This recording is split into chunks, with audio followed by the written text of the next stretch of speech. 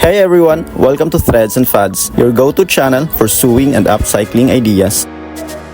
Today, we'll make a bookmark/lanyard pen holder from leftover fabrics.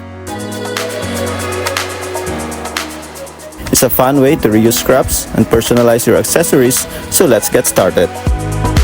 Start by selecting leftover fabrics. Trace the pattern on the fabric and cut it out.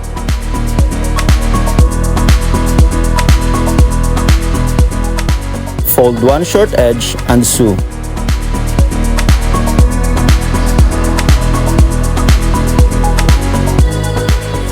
Cut elastic 8.5 inches long and stack it between the fabrics. Place the shorter piece with the right side facing down. Add the last piece with the right side facing down as well. Sew the edges, leaving one side open.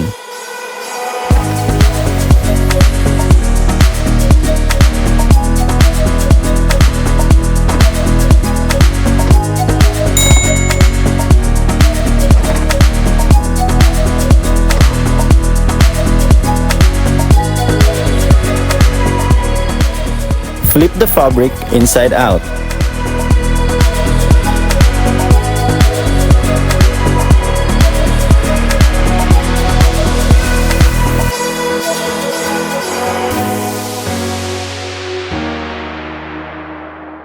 Push out the corners to achieve sharp edges.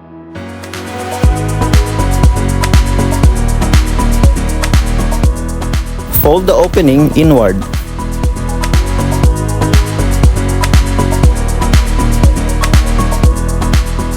Insert the elastic, then sew.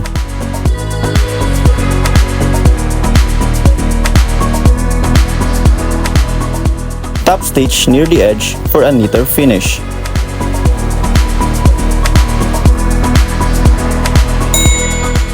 And here's the finished bookmark pen holder.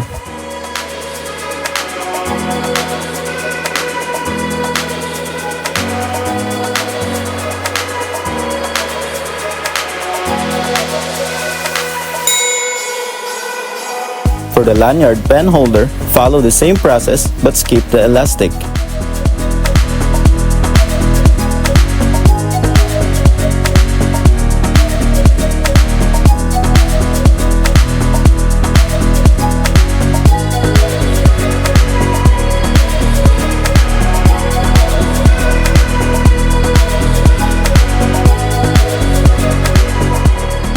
Instead of the elastic, insert the handle into the opening.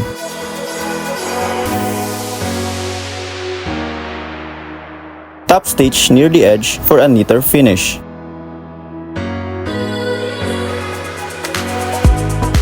And then, insert the lanyard into the handle.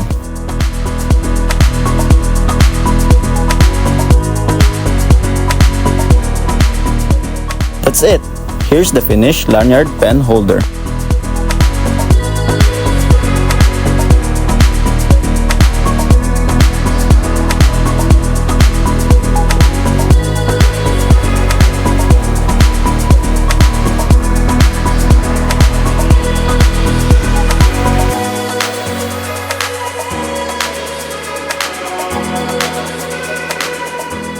How useful is that?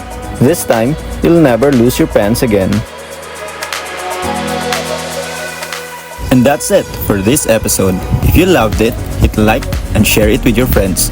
Don't forget to subscribe and comment down below. See you in the next one.